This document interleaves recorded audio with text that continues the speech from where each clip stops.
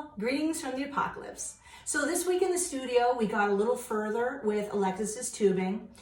We soldered the little jump rings on the end. That's going to serve as part of the clasp. We'll have like a little J hook or an S hook in between so that it can move nicely. She soldered them shut and stretched them around all pretty, but she did that off camera, naughty girl. So we're just going to have to roll with it. So here it is, and if you have any questions, be sure to let me know. So here is Alexis's beautiful little tube. She's got a little sterling jump ring that she soldered shut and stretched around and made all pretty. And we had to grind our third arm a little bit to get the tips fine enough, but we've got it set up with the third arm.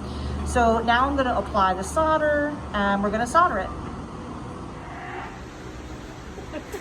So with a setup like this, like if this were a ring, I would probably put the little ball of solder in the back and heat from the front.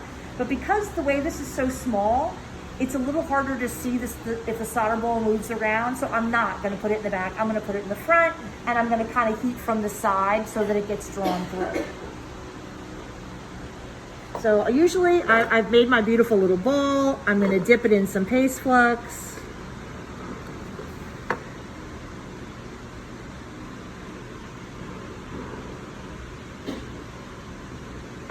Just jumped onto my tweezers, which is not what I want, but come here, you little shitbird.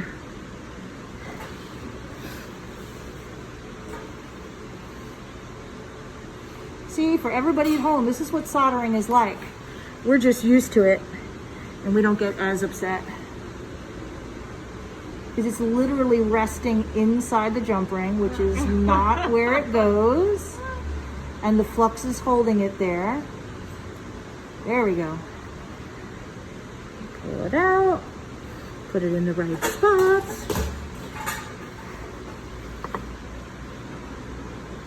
And then I'll do a little close-up shot of the setup just so that you guys can really see, you know, what's what.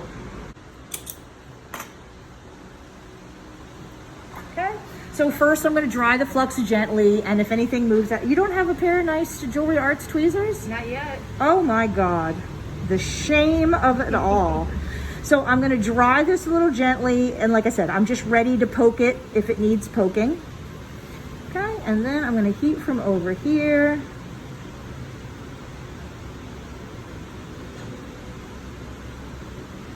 Okay, you see that? And it just filled right in. And normally the one ball of solder is enough. If it isn't, obviously it'll be very easy right now to add another piece. But usually when something is a very fiddly setup, I like to put one piece of solder there and get it attached, because it's very easy to add more at that point if you need it. Whereas if you have multiple pieces of solder and a little jump ring and a third arm that can all move, sometimes I feel like things just get too aggravating. So I'm going to shoot a little close-up of this so you can see what it looks like, but then we'll pickle it and take a look, but it looks good. All right, close-up view. Woo. So you see that, how the solder has just filled in, and to me that looks pretty good, but like I said, we'll pickle it and then we'll take another look at it, but that's really what we're going for. And you notice the third arm is positioned as far away from the solder as possible because you don't want it drawing heat away from your seam. Anything steel will do that. It's called a heat sink. So that's why I have it. I actually ground the tips a little bit so they're a little finer and put them all the way at the top of the jump ring so that they wouldn't interfere with our process.